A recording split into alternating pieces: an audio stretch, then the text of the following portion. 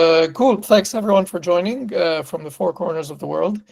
I was trying to play a game of figuring out in all the languages in which I could salute you. I think it's about 7 of them or 8 of them. But it's very exciting to be here. Robbie is dialing in from Cambridge. I'm dialing in from London, where the weather is surprisingly tropical today. It's pretty cool. And I am Portia AI's co-founder. You're not here to hear about me. You're here to hear about Portia AI. So I'll spare you the intro. But we've been going. We came out of stealth about 6 weeks ago, and prior to that, I held various product and business leadership positions in Amazon, Google, and Stripe. Robbie, maybe like a quick. Yeah, absolutely. Hey everyone, so I'm Robbie. I've been at Portia for a few months now, so joined kind of a bit before we left stealth. I have basically been wanting to build reliable agents and try and get to a point where we can actually do kind of exciting but controlled things with agents. That's why I've moved to Portia, and before that I was VP engineering at Unlikely AI, if people have heard of them as well. Cool. Thanks, Robbie. So welcome everyone. Please do feel free to ping your questions on the old chat. Whenever one of us is talking, the other will be keeping a close eye to help answer questions or tee them up. So I'm going to share a file which will have some of the code blocks that we're going to use. Should be public access, so I suspect you should not have any problem accessing it. Otherwise, I might just copy the code blocks over. So just to have a quick look, I'll just see to make sure some that avatars are starting to show up. Yes, they are. I can see Anonymous Fox, Dingo, Nyan Cat, Anteater. Life is good. All right, let's keep going. Right, so Portia AI, why do we think we're different, and why are we doing what we're doing? My co-founder Emma and I spoke to hundreds of users at this stage and tried a whole bunch of other, low code, no code, all the way to like open source SDKs. And what we found from speaking to users is that what they really want is this sort of spectrum of autonomy, where if you wanted to have maximum predictability, you could sort of ask the LLM to preemptively share how it plans on responding to a complex prompt that might involve multiple agents, iterate on that, and then be able to execute statefully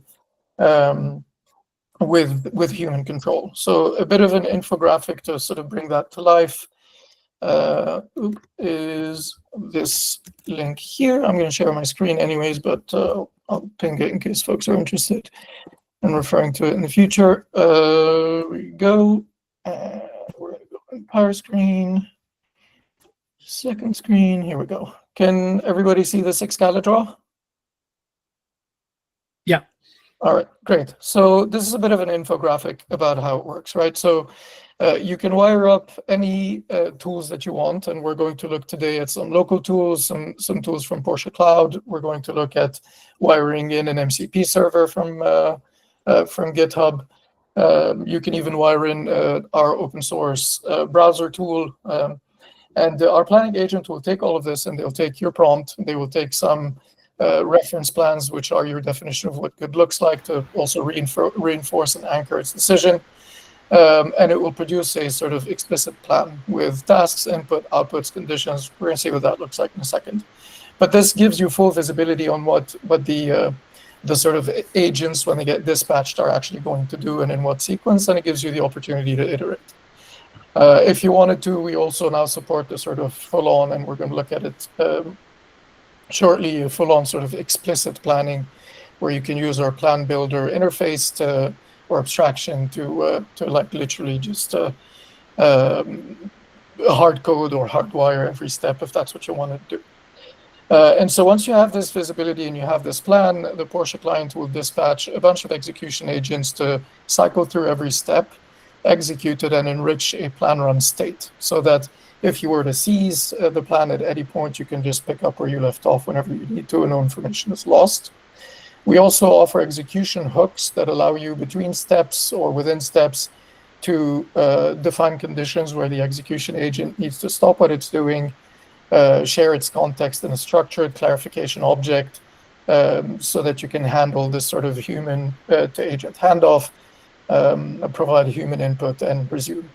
And what we're going to see in this session is how this pretty powerful abstraction can be used to do things like handle the provisioning of an OAuth token in the middle of a tool that is, say, API powered, or even sort of do persistent authentication for a headless browser session. So it's a very versatile, very powerful abstraction that you can use. And because it is a structured object, you can surface it through any UX surface that you want. So I'm going to stop rambling about theoretics now and move over to actually showing you some code. But before I do that, because we are going to actually code along, I'll hand over to Robbie just to sort of walk you through some of the steps to get yourself set up on your IDE so that we can code along. Robbie, am I okay to hand over to you at this stage? Yeah, absolutely. Nice. You want to stop sharing screen. Awesome. So as ever, unfortunately, there's a little bit of setup to get our Python projects set up. Probably the easiest thing to do is to follow along the instructions at the top of that code block. So I'll just put that again as a message. But I will go through them as well. We have chosen Poetry as the kind of dependency management tool for this project, but you feel free to use whatever whatever is most natural for you. If you want to use UV, if you want to use pip or anything else, kind of just go for that. But these steps are kind of set up for if you're not sure, or potentially if you're new to all of these kind of dependencies. Hopefully this should get you started. So just as a show of hands, does anyone not have Poetry installed or some other kind of Python dependency management tool? Nice. I will take that silence as kind of agreement that everyone has it. So I will quickly run through the kind of setup steps. So if I just share my screen, hopefully people can see my terminal on the right-hand side. So you can just start with a Poetry init, and that is going to, you want to do that inside a kind of new directory, which is where we're going to set up our repo. And then, to be honest, you can just go with all of the defaults. I'm just going to take this, I remember. You can go through all of the defaults, they'll all work. So the name, our version, we don't need a description. Obviously, feel free to fill these in if you like, but we can just go through them pretty quickly. And then we want to add one dependency, which is the Portia SDK. This is what's kind of we're going to be using to actually build our agent. So let's click yes to managing our dependencies. And then we're just going to add this Portia SDK Python. And we're going to take all of the dependencies because we're going to use the browser tool. We're going to do a full tour of things today. And 3.5 is our most recent version. So if I take that, then that'll add that as a dependency. We can skip. You don't need any dev dependencies. And then we can confirm that is all good. Now, I have actually set one up already, which is this project. So I am cheating a little bit. But one thing you want to do just to kind of ease things is you just want to change package mode to false. So if you go to your pyproject.toml and add this package mode false into your in there, then that is what allows you to basically just would not actually bother setting up the package properly. So I'll just flick back to my notes, check I haven't forgotten anything. Cool. So then inside your new directory, I'm actually just going to change back to my my existing one. Nope. There we go. I didn't have a space. And then you can run Poetry install. And I've already installed, so actually it's going to say no new dependencies for me to install, but if you go through Poetry install, that should go through and basically download all of the dependencies that you're going to need. The final, I guess, bit of setup that we're going to need, actually, sorry, I'm just looking to see if there's any messages. Maybe it's easiest if I, actually, Munir, do you want to just ping me if any messages come up? Yeah, we'll do. Is anyone struggling at the minute, or have people managed to get kind of this far? I'll take that silence as a positive. And so I think the final thing that we want to do is set up our environment variables. So, we're going to be talking to a language model, so we're going to need an API key for the language model, and we're also going to be interacting with the Portia Cloud, so we're going to need an API key for Portia Cloud. So you want to create a .env file. I've got mine here. I won't show it because it's got all of my API keys in, but there's this .env.example, and you can put in whichever of the kind of language model API keys that you want to use. Hopefully people will have one of these kind of already set up, but if not, ping us in the channel and we can kind of show you how to. It's incredibly simple. And then we also need to get a Portia API key. So I'll just show people how to do that. So if I go back here, then I'm probably going to make this a little bit bigger. So if you go to app.portialabs.ai, I'm going to log out because I'm obviously already logged in. I already have an account, so I will be able to just kind of log in, but people that are new will either want to kind of create an account with Google, or you can sign up here and enter your kind of email and password. I'm just going to enter my Google login. Obviously, I already have an account. And then you just want to go to this Manage API Keys tab on the left-hand side, and then click Create New API Key. As you can see, open this. Sorry? Can you control plus a bit? Just so yeah, absolutely. Is that a bit better? Yeah, that's much better. Thank you. So yeah, click on Manage API Keys, and then create this new API key, and then I'm just going to call it Robbie AI account. Generate, and then we can copy that value and then go back and put this in for our API key. And so then maybe if I'm using OpenAI, I can put my value in there, and then I should be set up and ready to go. So maybe I'll just give people like a minute or two just to kind of follow through all those steps, because I know I did them all quite quickly. And then I think if anyone is still struggling, we can, whichever one of us is not presenting can help you and make sure you kind of get set up fully. I think you'd probably be a more reliable help at that, given my my antics. I always love seeing you debug a poetry issue. How are folks doing? Can we get maybe just a feel for it, a show of hands, or ping on messages just to know if we can move on to the next step of running some code? Some thumbs up. It's always nice. Is that API key free? The Portia API key allows you to do a certain number of plan runs for free before you start being charged. So it's 100 plan runs per month. You can see let me just ping our pricing page, but you will not hit that limit today. So this is to answer the question from statlytic.ai.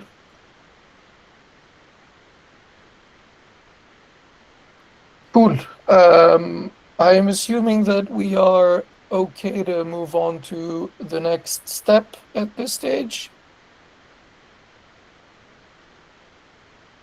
Great. Thank you for the thumbs up.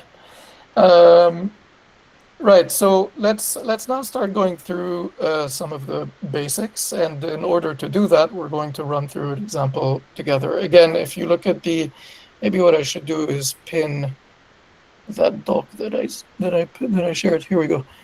Pin this message. So there's a pinned message now, which has the link to all of the code blocks. So what you want to do is start off with the first code block. I'm going to share my screen for the avoidance of doubt. Go.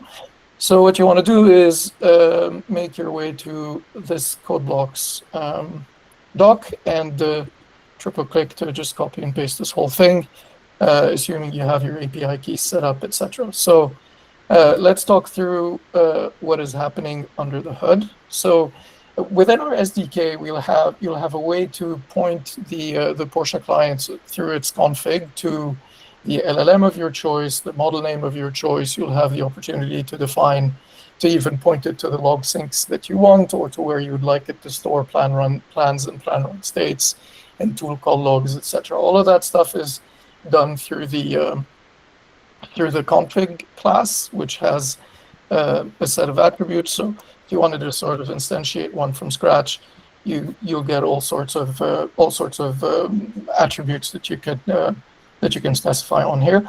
I'm using a bit of a shortcut here, which is the from default option that basically loads all of the defaults that we have and allows you to override a few of them selectively. Bear in mind that basically any LLM that you can wire up through Ollama can be wired up through this config as well. So you can run however many models Ollama has at this stage, 40 different model providers and all of their model variations. The second thing is the Portia client itself, which is your sort of anchor and interface into the Portia SDK. We'll take that config and it'll take a tool registry. The tool registry is essentially a collection of tools. You can add a whole bunch of tool registries on here and sort of couple them together, if you will. So to give you an example, the default tool registry that we have here gets populated dynamically. And what we do is we are actually adding together a bunch of the open source tools that come with the SDK, and then adding on top of that the tools that come from Portia Cloud, given the fact that we have the Portia API key.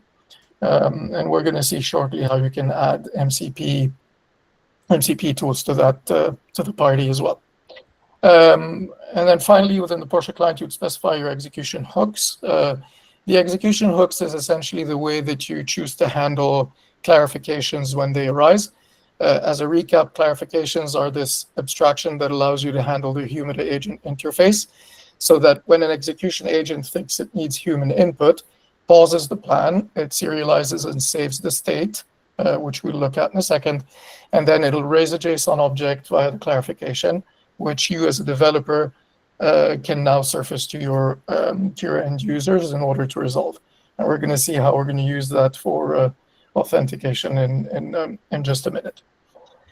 You can define your own execution hooks. Here we already give you off-the-shelf execution hooks for the command line interface to sort of surface user guidance and actions and feedback from the execution agent. We'll see what that looks like, but you can extend this to run for Slack or any form provider like Tally or email or otherwise. And then finally, you'll have, again, the separation of concern we talked about on Excalidraw, where we split planning from execution. The plan method is what allows you to feed a prompt as one option, and feed a bunch of tools, and you can feed a bunch of example plans to anchor the planning agent on as your sort of desired behavior if you want. And we'll look at some of the other abstractions in just a second. And we're going to look at different ways of doing the planning in case you wanted to be more explicit and predictable in the performance of the planning agent.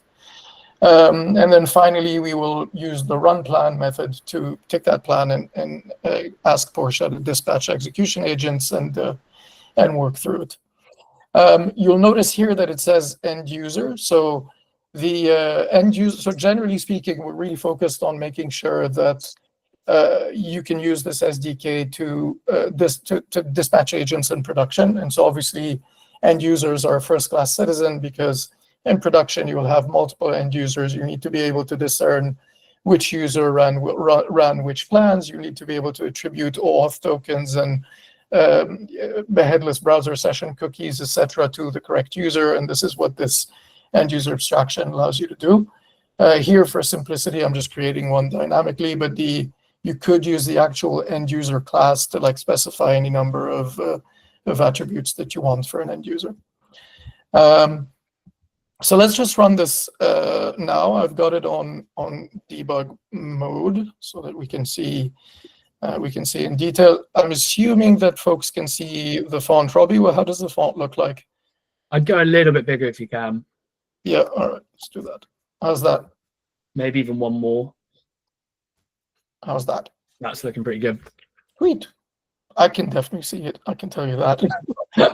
All right, great. So here's what's happened now. I've got this input line on purpose in the code to make it stop here artificially, so I can show you what the planning agent did. So the first step that happened is obviously the planning agent ran taking this query, and it's created two steps, a plan with two steps. I've sort of overfed it tools, because remember, we've loaded the entire default registry here. I've done that on purpose to show you the power of the planning agent at selecting the correct tools for the right step, and then weaving in the inputs at every step in the correct way. And so it's going to search the GitHub repository for the Portia SDK Python. And then in the next step, it's going to call the GitHub star repo in order to star the repository. So this is the sequence of steps that I'm asking that it's deduced from the prompt that I've given it. So I'm just going to go ahead and let this run. And so the next step is, at this stage, you'll see that the plan run state has been updated to in progress. We saw it show up earlier. And now you've got the execution agents are being dispatched to execute every step. Now notice what's happening here. There's a pause in the plan run state, and it's moved to need clarification, because we have encountered the need for authentication in order to use the GitHub APIs and the GitHub tools in general. And I've been fed this structured object, the structured clarification, which you can imagine wrapping a nice UX for your users with some guidance that says, I need you to authenticate, and an action URL. This is using our, we generally use our own client authenticators here with the GitHub, Gmail, and all the cloud tools we have. We're also working on a sort of dynamic authenticator for all MCP servers. But in the meantime, let me just take action on this and click on it and authenticate. Now, GitHub's a bit funny. I'm already logged into GitHub, so it would have just refreshed my token. And if we go back here, the plan run state has resumed in progress, and it's going to try to run step 0 again. Essentially, the first. Oh, what happened? Oh, sorry. The first step again, and the clarification is now complete because the OAuth token was provisioned. And what's happened next is the default execution agent has found the Portia repository, Portia AI / Portia SDK Python, and has started successfully. So this sort of concludes our first plan run, where you got the opportunity to see how the plan run state was updated step by step. I did want to show you what that looks like in our repository. So before I do, you'll notice that I have storage class set to cloud here. So I'm basically saying I'd like you to save the plan run states and all the transient information in the cloud. You could easily here extend this to, you can typecast this to, or use an enum to use disk instead, and then point to the storage directory in disk that you want, or to your own Postgres databases, etc. Of course. But let's have a look at the cloud option. If I go into my dashboard and I look at my plan runs, here's the plan run that we just ran now. As you can see, the input that's been provided here, you can see the output, the final output here. You can see the input I provided it, which is, I'd like you to start this repo. You can see the 53 tools that I mentioned. This is all of our cloud tools, in addition to the local tools. Again, just to sort of show you the fact that it sort of is nonplussed by the length of the tool list, and still able to pick the right one. And here you can see the plan run state. And in the next run, what I might do is actually just pop over to the dashboard so you can see how it updates live, because it's pretty cool. And you can see the clarifications as well. So you have this full auditability on the plan run, which in particular for regulated industries is extremely helpful. And you've seen how the plan was sort of saved and then statefully resumed once we actioned this clarification. So that was the first example. Robbie, did you see anything come through from the messages? Should I pause for a second to answer a few questions? There wasn't anything that came through on the messages, but I've just put a message out myself to ask how people are getting on. I think it's probably good for us to have maybe a minute or so pause just to check that people can get back up to speed. And we'd definitely love to hear if anyone's got any questions or thoughts from having gone through that.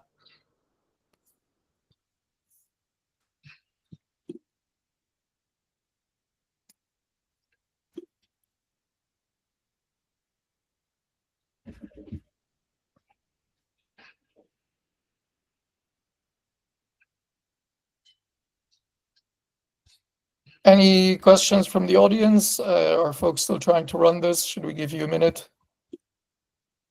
So someone's asking for the code. Let me just, I think the code is pinned.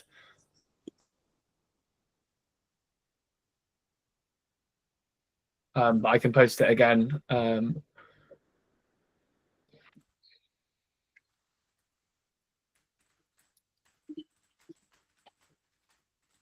Would you like? Let me just quickly do that, Robbie. There we go. Oh yeah, okay, thanks. I did pin the message. I don't know where that shows up when a message is pinned, but I tried to pin the message that has the docs in it. It's at the top of the chat. Okay, got it. Thank you, Jerry.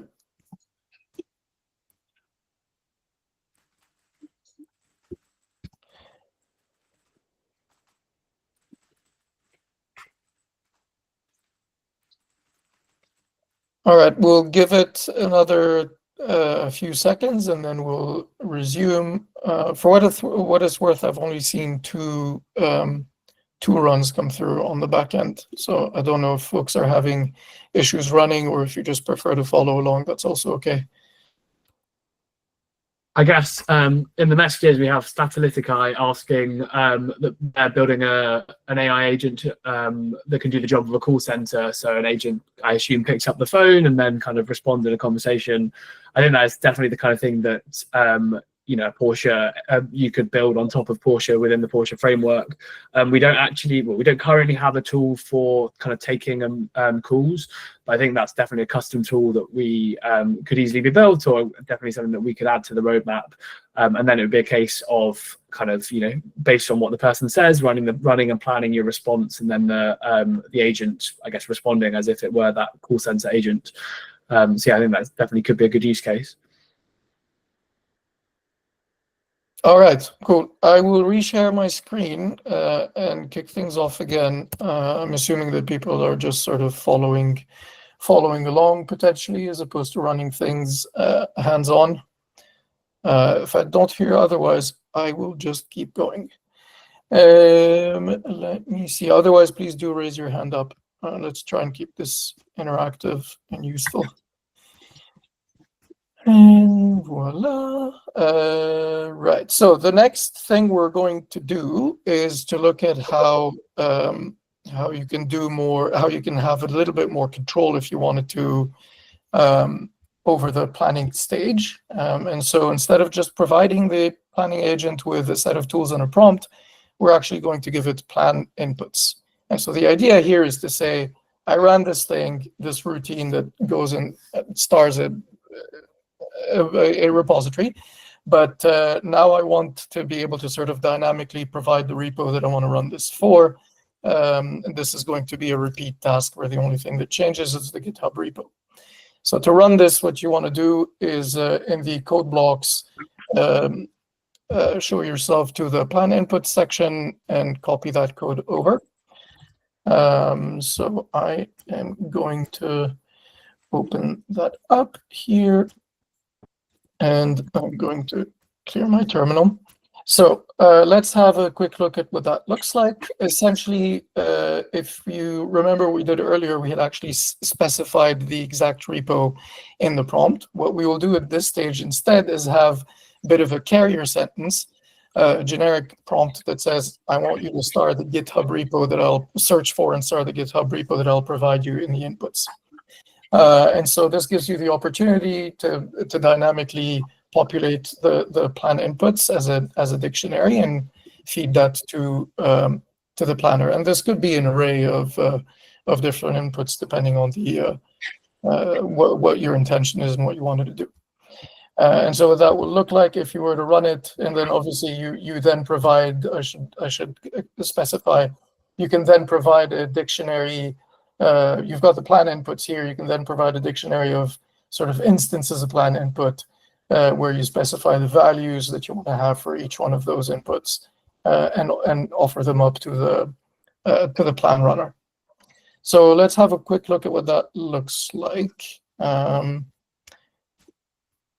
what you will see essentially is it's going to detect that there are some plan run inputs provided, and it's going to create the plan according to initially to the plan inputs, and then it'll take the special instances of those plan inputs when it goes on to run the actual plan.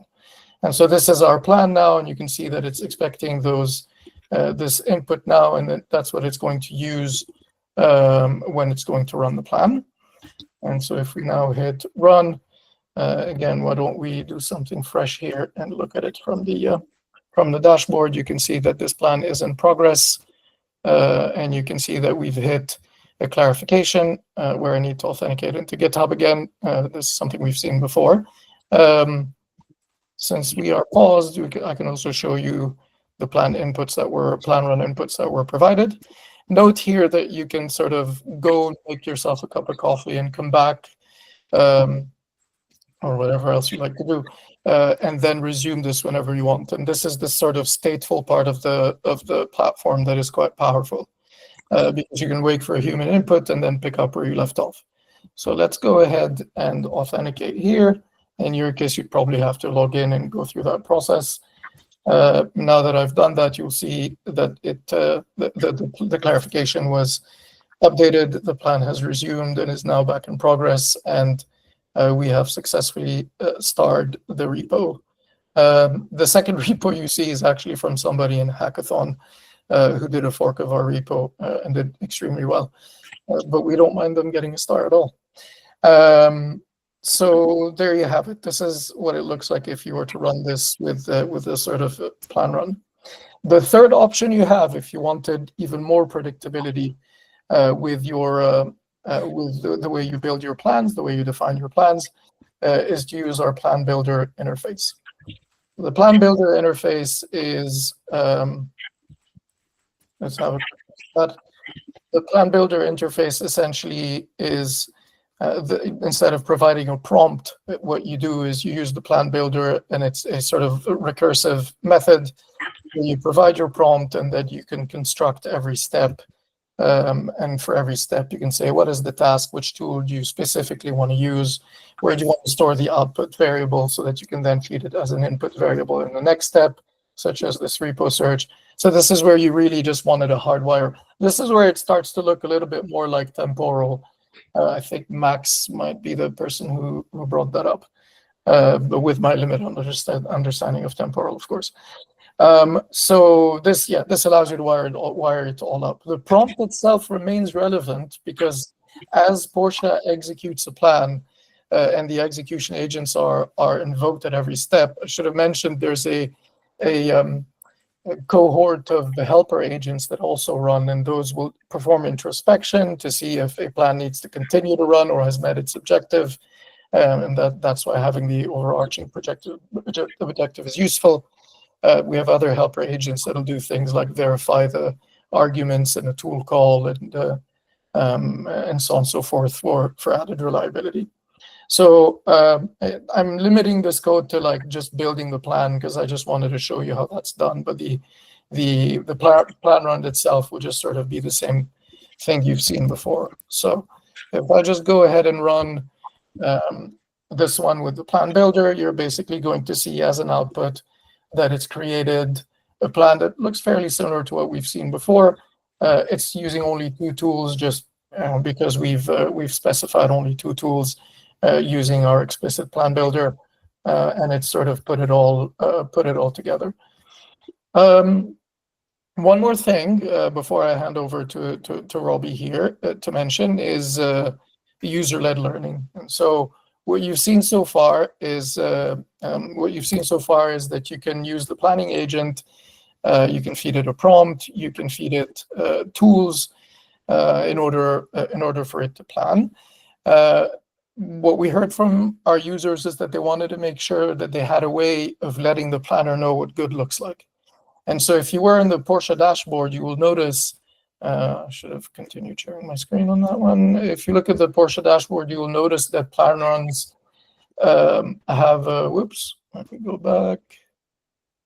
Back in, you will notice that plans have a sort of thumbs up thing on them. And so if the plans that you like end up becoming part of a superset of plans that every time the planning agent has a new prompt it's working through, it will fetch semantically similar plans, and it'll use those as example plans and sort of multi-shot prompting to improve its reliability.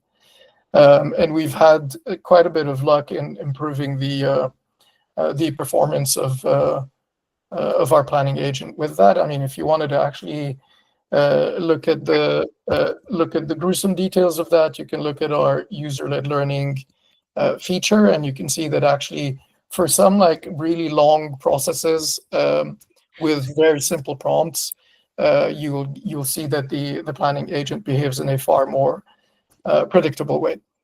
So it's another way that you can improve the reliability and predictability with Portia. I'll pause here for a second and see if there are questions from people in the room. We're doing well on time, Robbie, so we can pause here and take a few questions before we continue.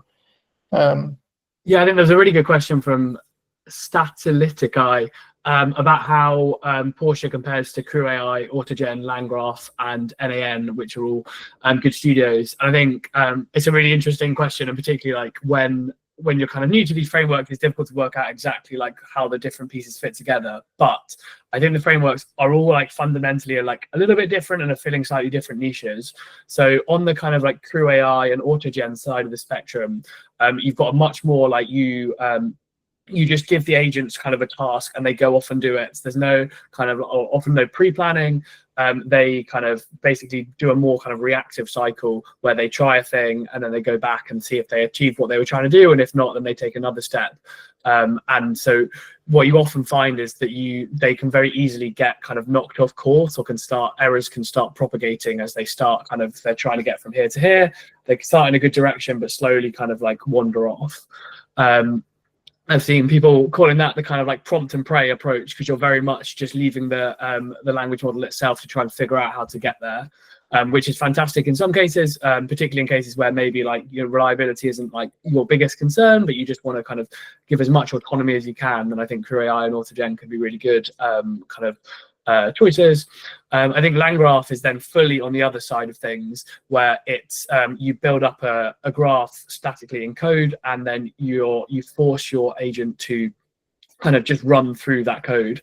A lot of people wouldn't even call that an agent; they would just call it a workflow, as the kind of just linking of steps, some of which are language models. I think for like a lot of people that run Landgraph, it is a way of actually running things in a controllable and reliable way. But there's a lot of complexity to building things in Landgraph. You generally need like quite like strong kind of AI engineering skills. There's a lot of prompt engineering. It takes a lot of time. Integrating all of the different steps is tricky. And so the aim for Portia is for us to sit in a kind of like middle zone between the two, where we have this kind of explicit planning, which gives you the reliability and the controllability that you get with something like a Landgraph. But you can do it with kind of natural language prompting with our planner, rather than having to kind of go into the depths of Landgraph. And so hopefully it's kind of that ease of use of Autogen and the reliability of Landgraph.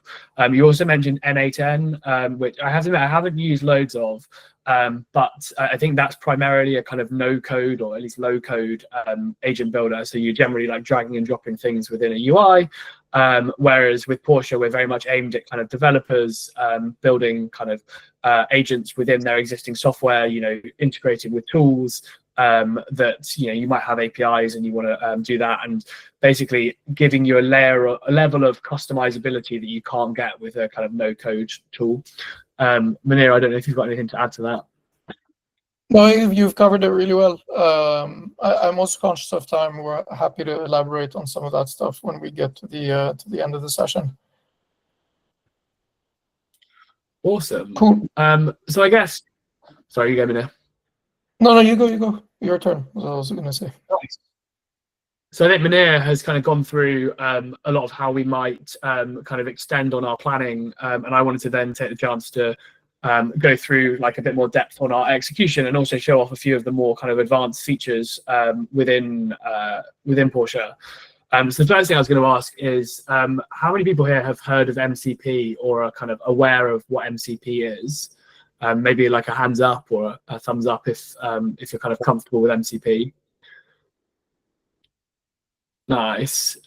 So we've got a good few thumbs and hands up, but I guess just for the benefit, I suspect there's quite a few other people that may be new to MCP as well, or have maybe heard the acronym MCP but aren't fully comfortable with it. So just to kind of go through like a little bit of a deep dive, the MCP was this protocol that Anthropic introduced that is basically a uniform like interface for attaching tools to language models. So a lot of people have kind of referred to it as like the USB-C of agents. So in the same way you can use your USB-C to plug in all kinds of devices to your laptop or your computer, actually MCP allows you to attach all kinds of tools to your agent. And so MCP, like, it actually came out at the end of last year, but really it took a couple of months for it to catch on, and then it has been absolutely on fire since kind of February this year, maybe a bit earlier. And so we see a huge number of kind of API providers that are producing kind of MCP servers, and that allows you to like plug your language model into all of these different tools, and it's really like unlocked kind of huge potential for people building agents. So something that we are like super excited about. It's still pretty early. And a lot of these are kind of still based around a kind of like local language model use case. So generally you kind of run your MCP server locally. There isn't a lot of auth, and it's still like pretty early days on that kind of stuff. But actually, that's all the things that are being developed at the minute. There's some very active conversations around adding auth. And actually, I think particularly like that is the thing that we are really excited about. If we're going to be running agents kind of reliably in production, we need to make sure that we're handling authentication well. It's the kind of thing that often like comes back and bites you when you move from a prototype into production. So we're certainly trying to help push that forwards. So I was going to start off by kind of showing you how to integrate an MCP server into Portia. Fortunately, it is actually super simple and just a few lines of code. So maybe if I'll just share my screen. Let's do this one. Nope. So can people see my my screen? My IDE? Yep, we can see it, Robbie. Amazing. So essentially what we're going to do here is we're going to take a very similar use case to the one that Munir went through with Star in the GitHub repo. But this time, rather than using the Portia provided GitHub tools, we're going to use the GitHub MCP server. And the way that we do that is we have this MCP tool registry. So you may remember that Munir was just using our kind of like default tool registry. This time we're going to introduce a new tool registry, which is the GitHub tool registry. The way that this is set up is it takes a Stdio connection, and essentially this is going to start a Docker container inside. Bring up the Docker container, and it's going to interact with it through this standard IO. And we are going to need to create a personal access token in order to do this. And that's because, if we're going to want to interact with things like as if it was for the agent interacting on our behalf within our GitHub, we're going to need to give it access to do that. So I'm just going to actually quickly stop sharing and get the link to get that personal access token. Nice. Here we go. Then, cool. So now if I just share again,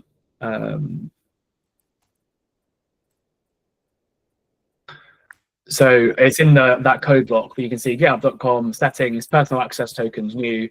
If you create that, you'll probably have to sign in and give it your auth two-factor. So I will just quickly do that now. Where is it? There we go. And you can add any token name that you want. So I can do test Robbie, 30 days, like feel free to pick, 7 days. You could even choose, I think you can do a custom one. You could choose 2 hours if actually you want to do this just really quickly. And then the one thing that we are going to want, let me just check that I've got the right permissions. I think actually we don't need any permissions for this, so we can just click and generate that token. And I can click generate that token, and then I can probably delete that because people have now seen it, and I don't want anyone to log into my GitHub account.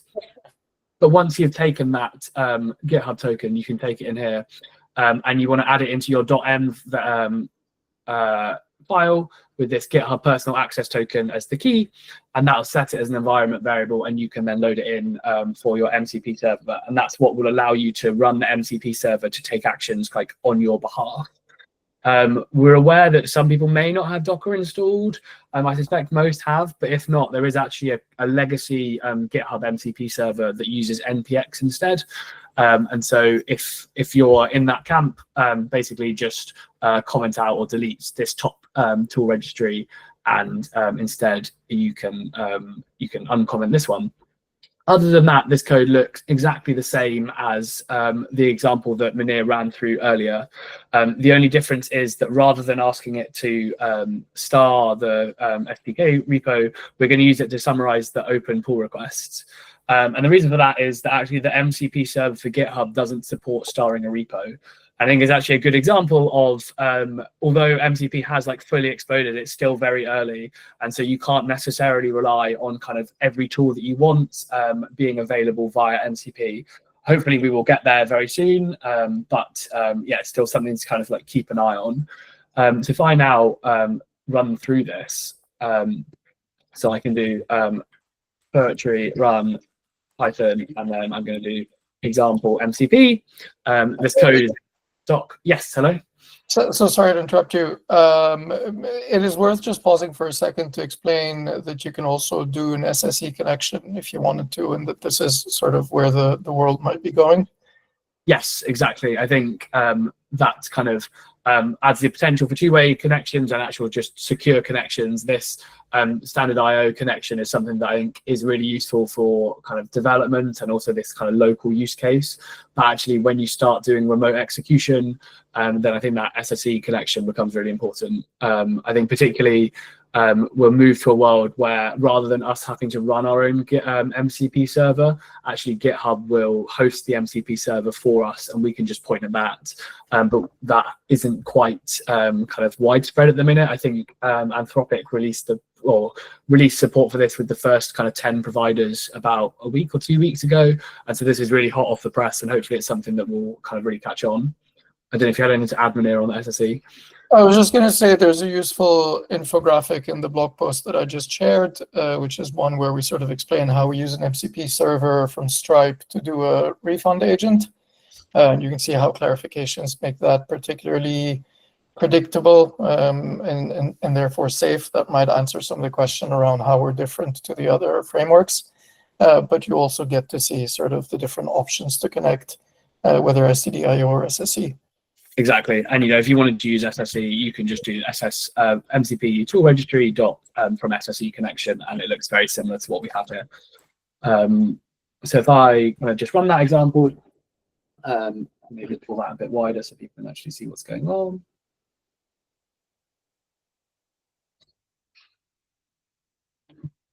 So this is just going to go through. It's going to start off with the same step that kind of Munir went through, and we've created a plan.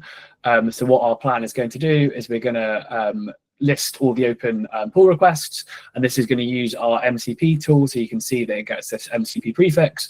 And the way that this is going to work is our Portia is going to reach out to the locally running MCP server, which is then going to make the request to GitHub on our behalf. We're going to get that back as our open PR list, and then we're going to send that through to our LLM tool, which is then going to generate a summary of the open pull requests and kind of give that back nicely for me. You can imagine that there's all kinds of workflows that you could like build on top of this. So I guess if we kind of look through, you can see that we start off by executing this first step, which is invoking the tool, with the Portia AI SDK repo with the state open. And there we go, we've been through, and you can see that we've got several open pull requests, and here are some of the examples. So that's kind of us using MCP rather than using the Portia Cloud tools. So hopefully that's kind of a nice summary of MCP, how to hook it up with Portia. I think it's really nice that it is literally just kind of how 10 lines of code, and you're off and away you can go. I'll maybe pause here and just give people a chance to ask any questions around that connection, around MCP in general, or anything like that. I'm curious how many people have actually used MCP before, connected it into an application in production, and how you found that experience.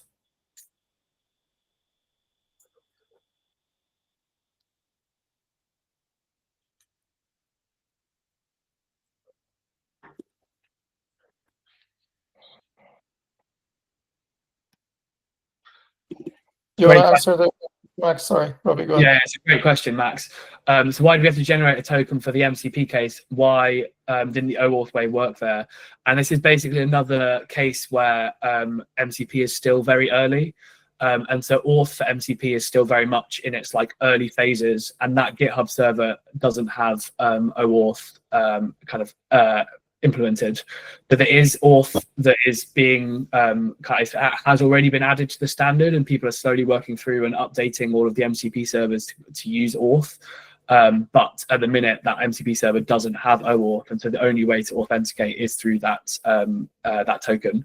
And I completely agree that OAuth is a lot more secure and really is the way that you would want to be doing this in production. And that's where I think we want to see MCP going to do this reliably. Thanks for the question, Max. Yeah. Cool. So maybe we'll go on to the next thing, which actually I think is something that I am super excited about, which is using browser tools within Portia. And I think when we were first kind of developing the browser tool, I was thinking actually it feels a bit weird for agents to be using browsers. Shouldn't agents be using APIs? Why are agents talking to the web in a kind of a visual UI that is designed for humans? But then actually talking to people about the various use cases for it, and there is so much that unlocks when actually, rather than having to build new tools, build new APIs, the agents can go and just navigate the world in the same way that kind of humans navigate the internet. And so I don't know how many people here have heard of browser use. Any thumbs up? Anyone heard of browser use? I guess browser base you'll probably get more thumbs up for. Maybe browser base. Oh, exciting. Well, potentially it's, in that case, it's going to be a bit of an introduction to people, and hopefully it's something that people are going to find super exciting, because I think particularly browser use really allows us to kind of navigate the web with an agent in a way that wasn't previously possible. So now we're going to go through that same star GitHub repo example, but rather than using our GitHub tools, rather than using an MCP server, we're going to use a browser tool to actually navigate to that, navigate through GitHub. We're going to log in through GitHub using Portia's clarification flow, and then we're going to star the repo. So I will. Sorry, Robbie. Let me maybe just quickly show. I should have thought about this sooner. Sorry. Let me just quickly show a bit of an infographic on it so that it makes more sense and we can talk to that. Nice. Yeah. Do you want to just quickly walk through it, just explain how the sort of versatility of clarifications in this this context, for example? You go for it. You've seen that diagram. So basically, we do. This is obviously it is an open source tool, so you could run through the code if you wanted to. But we essentially use browser base for the infrastructure that will run a headless browser session remotely.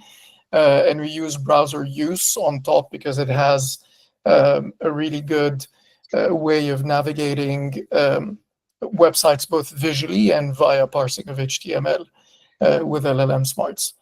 And so basically, we wrap all of that functionality in our browser tool. And when the browser tool is called with a task, it's going to start a remote browsing session in browser base.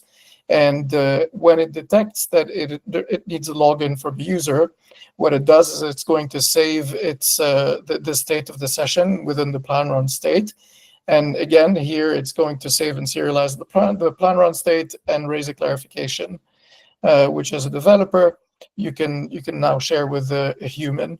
And that clarification will include, you saw earlier that our action URL in clarifications used to be an OAuth link. In this case, it's a browser-based hosted web session. And when you click through on it, as you'll see in a minute, when Robbie demos it, you'll be asked to directly log into that particular website. So you're never sharing your credentials with another third party. You're tapping them directly into the website. And once that is successful, the session is saved, and the state of that session is passed back within the plan run state to the Portia client, which can now resume the session in a signed in state. This persistent authentication in a web session is something that we're particularly proud of being able to figure out. You're welcome to sort of put it through the ringer and see if you can break it, but we're particularly chuffed about it, and I'm just going to show you how that works in a second. So I'm going to stop sharing and let you take over, Robbie. Nice. Actually, maybe I'll just dive into a question from Max first. Can you explain how it's decided when a clarification is needed? So I think there's kind of like two main areas of clarifications, particularly in this browser case. So the first one is, if it's not clear what the task is that you want to do, we actually have an execution agent under the hood that is working out the underlying task. So, for example, if you said, can you go and look up Robbie on the internet? The agent is probably going to decide that actually it doesn't know which Robbie you're talking about. Are you talking about me? Are you talking about Robbie Williams? Are you talking about someone else with the name Robbie? And so that's probably a good example where we would raise what's called an input clarification, and we would ask the user, or whatever kind of method you have for resolving that kind of human in the loop feedback, we would get that, and we'd ask them which Robbie they're searching for. Then kind of inside the browser tool itself, once we've worked out the task, let's say we're looking for Robbie Williams' IMDb or something like that, or Robbie Williams is out Spotify, then the browser tool is going to navigate to Spotify, and then when it finds that there is a page that it wants to get to, but it can't because it needs a login, that's when basically we have built the LLM, the browser tool, such that it will then hand back over to the user to do that login. So it's about the, some of that is the way that, but a lot of it is the way that the browser tool has been built, is to allow it to kind of hand back to the user when it notices that it needs a login. Nice. There's a question from Laura with regards to how you would integrate Portia into a conversational agent. So my answer to that is that obviously the Portia client is good at helping you execute and take action in the world around you, and therefore, when a conversational agent knows that it needs to take an action, at that point it can invoke a Portia client with the relevant parameters, and that Portia client can then go ahead and execute based on that, create a plan and run it. We actually have a couple of design partners with whom we've done something fairly similar, but instead of a conversational agent invoking Portia with a task that it needs to figure out and execute, it's actually one Portia client invoking another Portia client. Mind-blowing, and asking it to do some stuff, to plan dynamically and do some stuff for it. Hopefully that answers the question, Laura. Excellent question, though. Yeah, exactly. And I think, as Munir says, it's when we need to actually take actions and do stuff, I think Portia really shines. Yeah. Nice. So sorry, Robbie, to interrupt. We are looking at A2A, agent to agent, closely, for those of you who are familiar with it, and looking at in the future how we integrate with that more seamlessly, so that your plan run states, etc., are sort of wrapped in a conversational agent to interface with other ones. Yeah, thanks for sharing that, Robbie. If anyone wants to see our thinking on that, you can go through the link that Robbie just added to the messages. Thanks for the question, Laura. Go ahead, Robbie. Nice. Cool. So let's get back to the browser tool. So I'll just share my screen again. And so the one thing you will notice about the browser tool is it is slow. And I think this is one of the things that going forwards we'll want people to basically keep making the models quicker, keep making them understand browsers better so that they can move faster. But because of that, I'm going to run the browser tool first, and then we can chat through while it's working itself out. So what we're doing here is we're going to want to star the repo, star the agent examples repo, but do it through the browser. And the browser tool is going to give us this nice debug link. So I'm going to just copy that. And then we can actually watch the browser agent as it goes through the browser. So we can connect here. This is using browser base as the browser under the hood. And hopefully you can see that its first step it's going to do is it's going to open the GitHub homepage. So it's going to take a little while it does that, but hopefully we should see that happen. It believes it's opened a new tab with GitHub. Let's just check that again.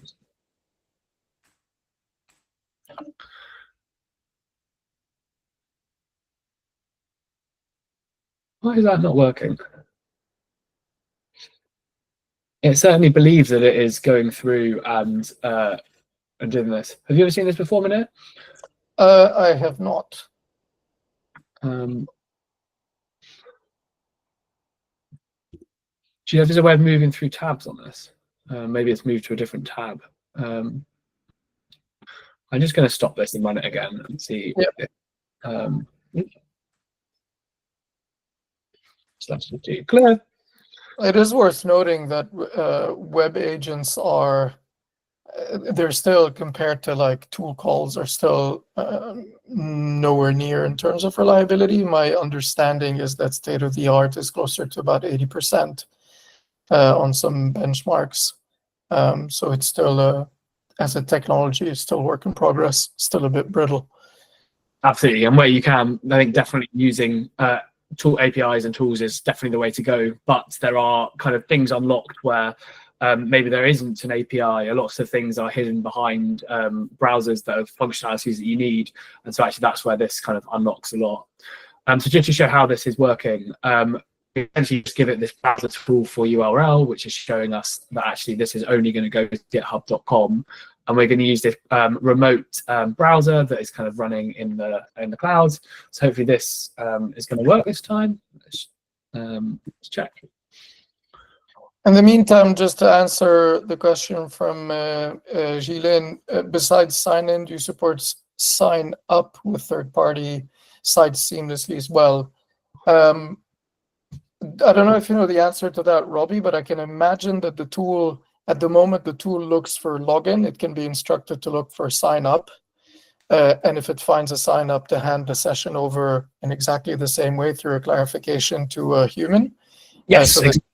So that you can then complete your sign up. So I don't see why it wouldn't be extensible to that. Robbie? That's exactly true. I don't quite know why this isn't working, so we're just going to leave it. So actually what it has done is it has gone through with this browser. It has tried to go to the tool, tried to go to the repo and try to star it. So let me show you this. So it's opened the new tab and it's gone straight to the agent examples repo. It's then found that it's unable to star the repository because the login is required. And then what it has done is it's realized it needs to log in, and that's where it raises this clarification, and you can see clarification requested. And this is where it's telling me to go to this browser-based session to log in. So I will now copy that and go in, and hopefully this time it will show up. Nice, here we go. So this is actually the session, and actually we'll be able to see how it works now. So if I type in Robbie at Portia AI, and I type in my password, which I will not share, and I will probably have to do two-factor. But I think it's really cool the way that like the agent has been navigating the browser, is passed back to me to do the kind of human auth things. And this is what I think really like distinguishes this from kind of like a bot scraping the internet, which often like can be very bad.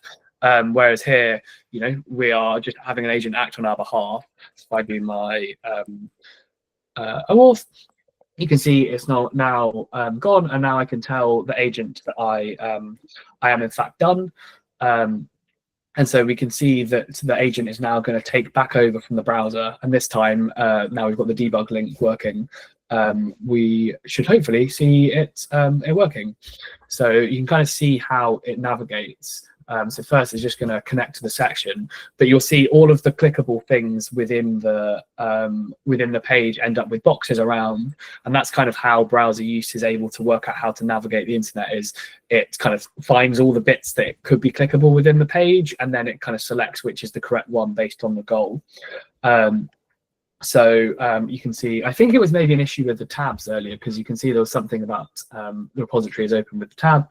But here you can see is how browser use is navigating this page. It's having a look at all of those different elements on the page, and it should work out that element 28 is what it is going to want to interact with. And you can see that actually it realizes that no further action is needed. No further action is needed. I've lost that page. There we go. No further action is needed as the repository is already starred. I probably should have unstarred the repo beforehand so that the agent would actually have starred.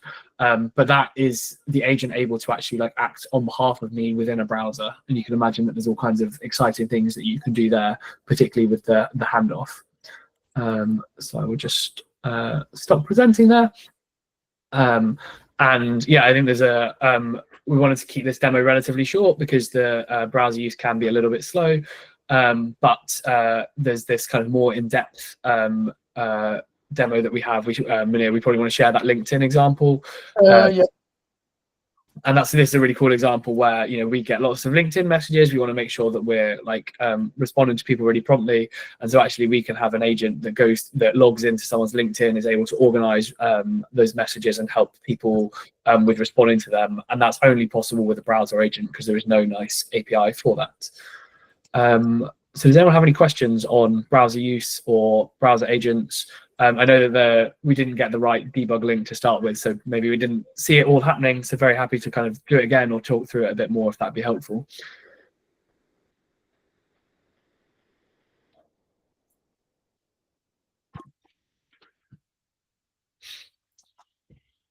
How did people get on? Did people manage to follow the code through?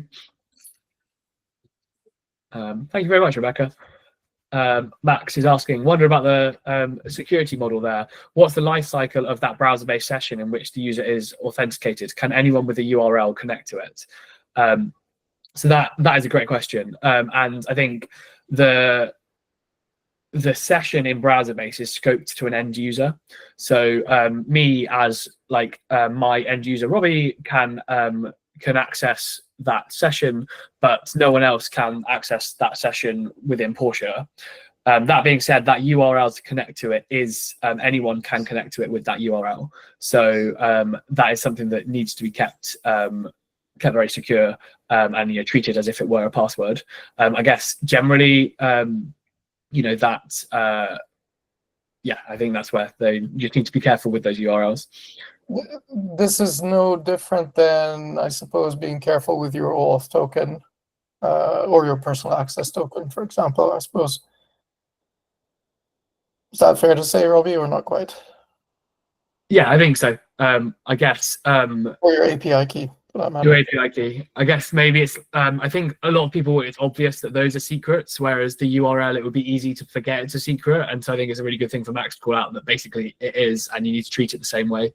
But also, you can stop these sessions and restart them, and that would like prevent them being used that way.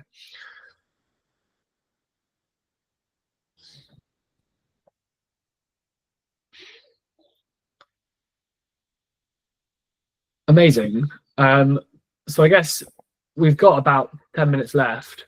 Does anyone have any more broad questions? Anyone still wondering what Portia is? Anyone wondering like why they might want to use Portia? Or is there any bit of Portia that people want to kind of dive a bit deeper on in the last 10 minutes? We'd love to hear from people, like, what are you building with AI at the moment? Where are you struggling? You, like, candidly, right? We're 6 weeks in, like, where do you think we should focus? What do you think is missing? Like, this would be amazing for us to hear. And if you don't want to sort of be what's the word, be put on the spot, like to sort of talk, maybe just ping on the messages. That we just love to hear the feedback since we've got some spare time.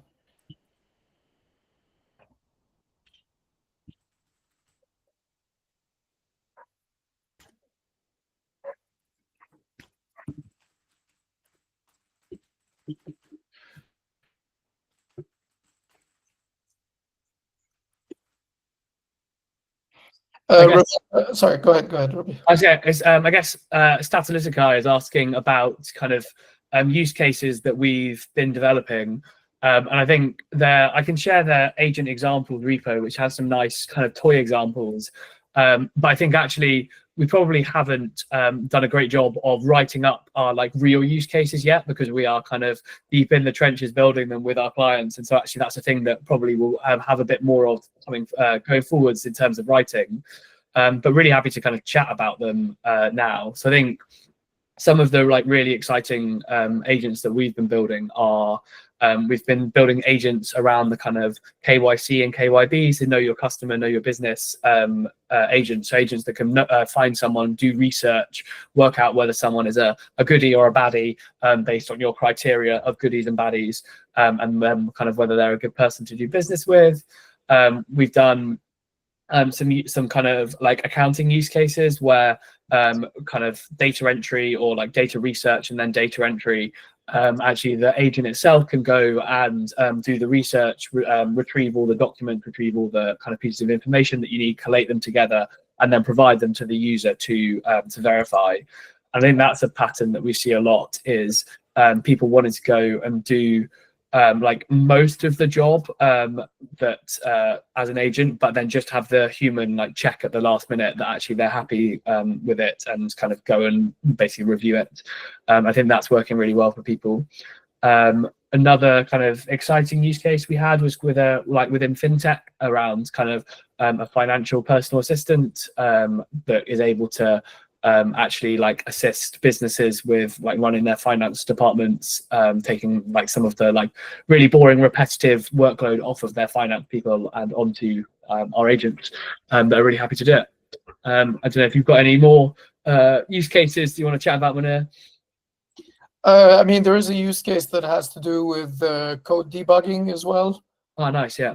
All right, so essentially it's an implementation that enriches a Datadog instance where essentially the agent will monitor for new issues raised in Datadog. It'll then look through code changes that happened recently and that it thinks might be relevant through your GitHub commits.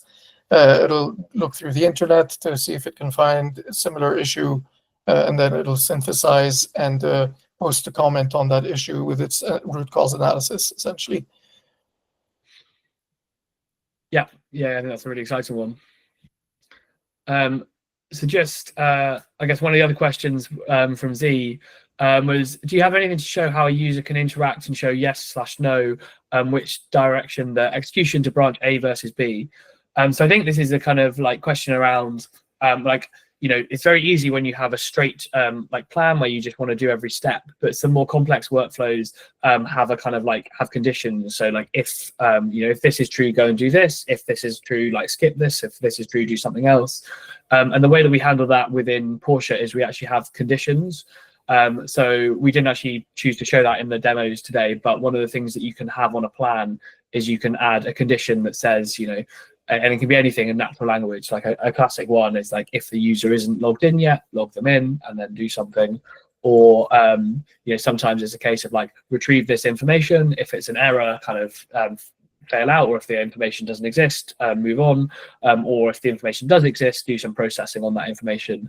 And I think I can probably find the docs on that, those conditionals within Portia.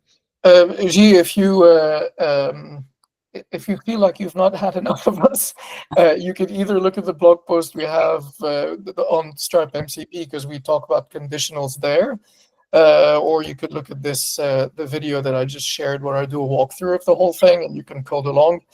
But in this particular example, we ask an LLM to assess a refund request against a policy to make a determination. If it thinks it's clear that it should not accept the refund request, it rejects it. If it thinks that it should continue, what it then does is it hands over to a human for their approval. And then based on their approval, it then decides whether it creates the refund or not. So it actually has two branches, two conditionals, before it ends up creating the actual refund using Stripe's MCP server. So that's probably a good example to sort of show you how plan runs can be steered by it. Great question, though. Thank you.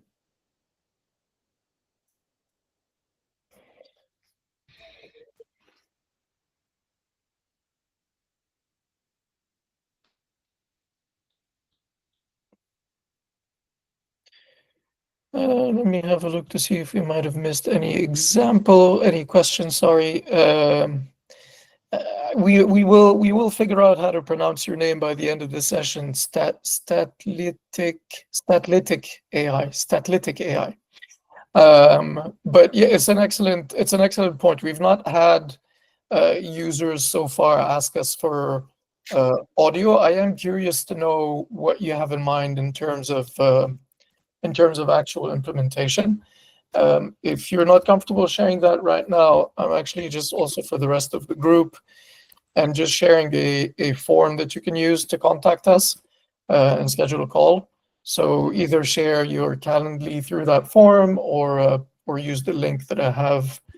No, I don't have a link on there. Feel free to share your Calendly form on there, and I'll reach out to schedule some time.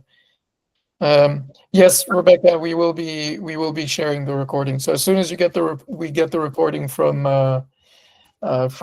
Bill, we will post it.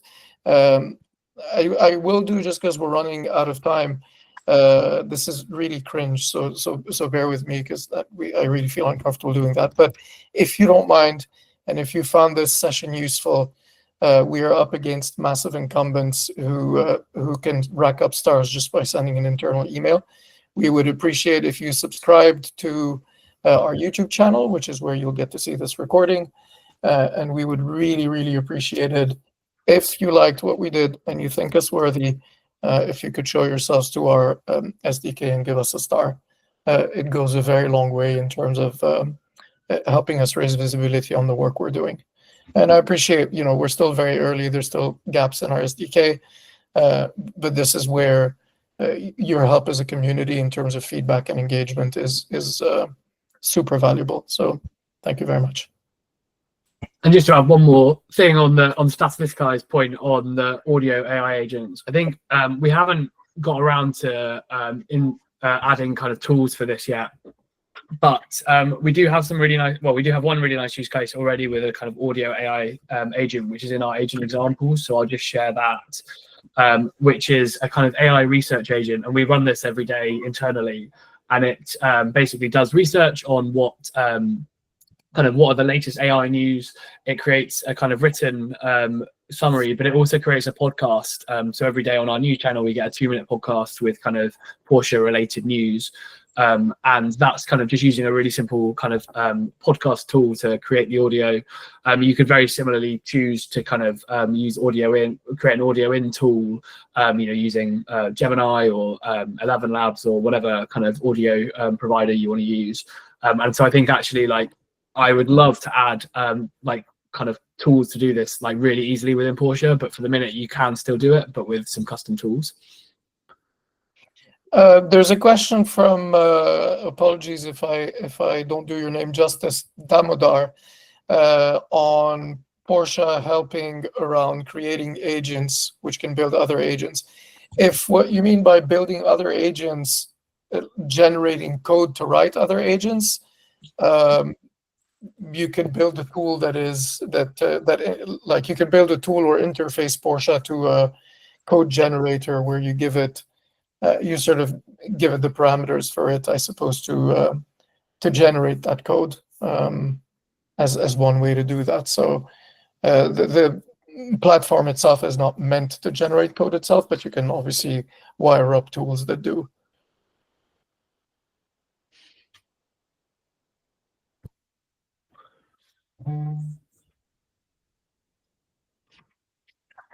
Cool. I think this interested in networking. Yes, so are we. Thank you. We will connect with you. And just on Damodar's point at the end there about like often things hallucinating, you tried multiple approaches. I think that's where we find this kind of planning and then executing is the way that you can reduce hallucination. And you have to be really structured in that plan. And that's what allows us to do things reliably. And it's where things like through AI or AutoGen really fall down. So definitely like give Portia a go with your use case and see if you can reduce the hallucination with us.